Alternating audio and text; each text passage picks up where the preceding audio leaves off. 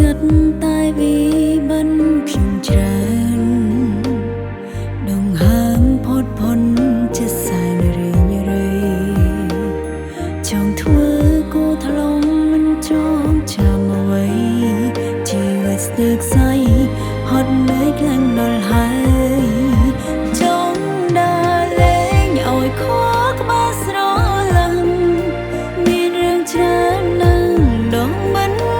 ចេញឡើយចង់ស្រែកឲ្យខ្លាំងខ្លាំង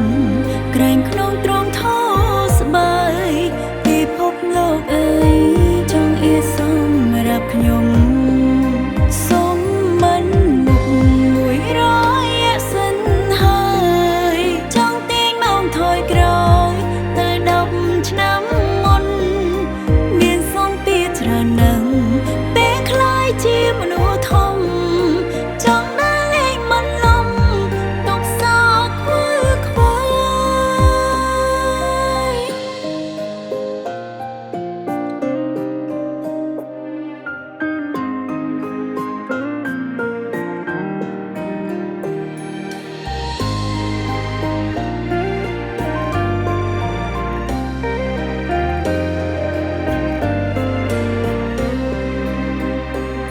ស្ងៀមស្ងាត់តែវាបានខ្ញុំច្រើនដងហើមផុតផុនជាសាយរឿងរៃ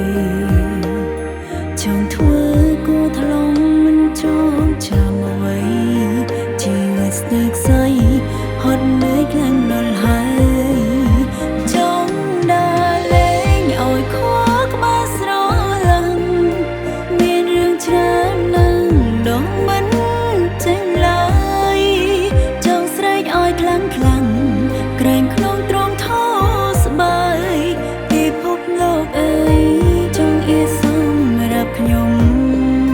សុំមិនមុខ100សិនហើយចង់ទាញមកថយក្រោយទៅ10ឆ្នាំមុនមានសំពីច្រើនណាស់ពេលខ្លាយជាមនុស្សធំចង់ដើរលេងមិនលំទុកសោកខ្វល់ខ្វាយចង់ដើរលេងឲ្យខកក្បាលស្រឡាំង